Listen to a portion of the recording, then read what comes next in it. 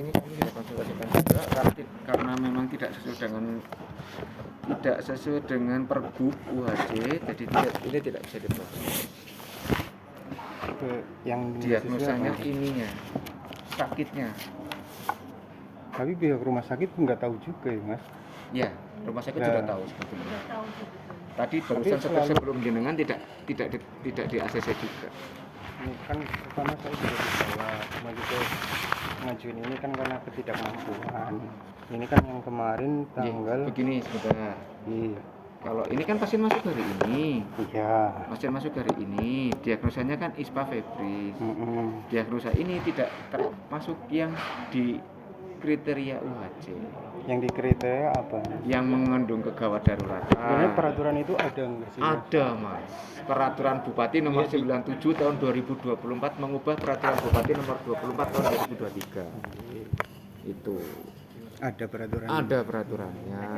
Ada itunya. Soalnya kan saya tanya dari beberapa pihak nggak ada yang pihak yang mana. Kecamatan juga nggak tahu. Oh, kecamatan tahu di Permasdes mas sudah ada. Jadi sudah disosialisasikan.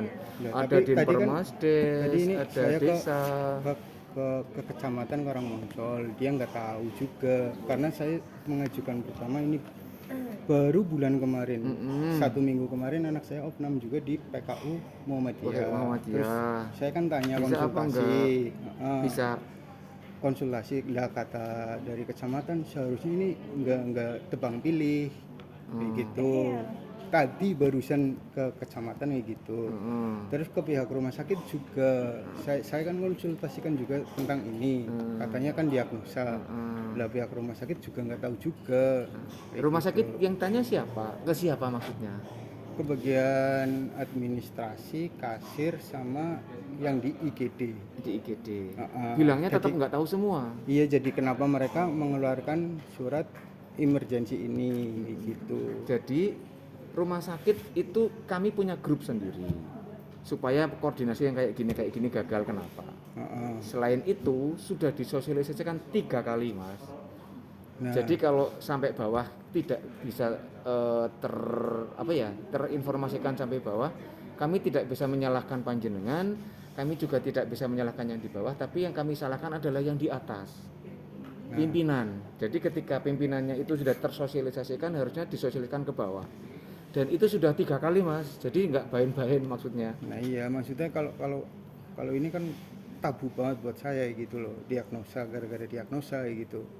Diagnosanya itu kan jadi begini. Setiap penyakit kan pasti ada salah satu penyebabnya apa dan bisa menyebabkan kematian juga gitu loh. Kalau ini tidak segera. Jadi kalau misalnya jantung, stroke, kanker di ACC mas. Soalnya baru kemarin opnam ke rumah 2 hari terus opnam lagi kan khawatir kayak setiap orang tua gitu. Nah betul. Tapi diagnosa ini diagnosa kecil mas.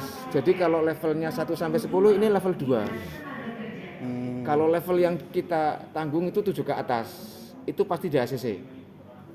Jadi tunggu orang mau meninggal. Oh tidak, gitu ya? Tidak begitu.